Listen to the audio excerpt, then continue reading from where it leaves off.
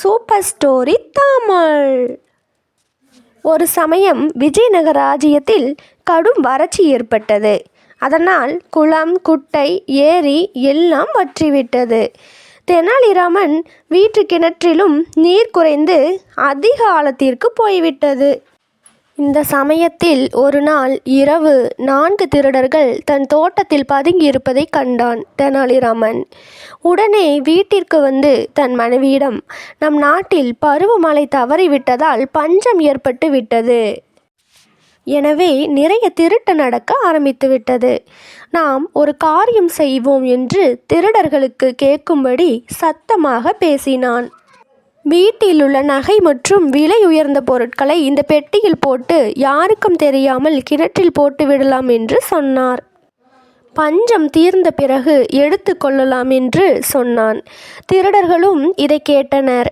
அதே சமயம் ரகசியமாக தெனாலிராமன் தன் மனைவியிடம் திருடர்கள் பதுங்கியிருப்பதை கூறி ஒரு பழைய பெட்டியில் கல், மண், பழைய பொருட்களை எல்லாம் போட்டு மூடினான். பெட்டியை எடுக்க கிணற்றுக்கு அருகே வந்தனர் திருடர்கள். கிணறு ஆழமாக இருந்ததால் உள்ளே இறங்க பயந்த திருடன் ஒருவன், அண்ணே, தண்ணி குறைவாகத்தான் உள்ளது, நாம் எல்லோரும் தண்ணீரை இறைத்து விட்டால் சுலபமாக எடுத்துக்கலாம் என்று பேசினான். தண்ணீரை மாற்றி மாற்றி இறைத்தனர். சற்று நேரம் கழித்து வேறு வழியாக தோட்டத்திற்கு சென்ற தெனாலிராமன் திருடர்கள் இறைத்து ஊற்றிய நீரை தன் தோட்டத்தில் உள்ள செடிகளுக்கு பாயுமாறு கால்வாயை திருப்பிவிட்டான். இப்படியே பொழுது விடிந்து விட்டது. ஆனால் கிணற்றில் தண்ணீர் குறையவில்லை.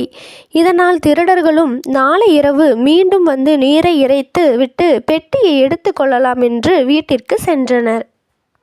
அப்போது தோட்டத்திலிருந்து வந்த தெனாலிராமன் அவர்களை பார்த்து, நாளைக்கு வர வேண்டாம், நீங்கள் இறைத்த தண்ணீர் இன்னும் 3 நாட்களுக்கு போதும், அதனால் 3 நாட்களுக்கு பிறகு வந்தால் உதவியாக இருக்கும் என்று கூறினான் தெனாலிராமன். திருடர்களுக்கு இதை கேட்டதும் மிகவும் அவமானமாய் போய்விட்டது. திருடர்கள் இங்கிருந்து ஓடினால் போதும் என்று ஓடிவிட்டார்கள்.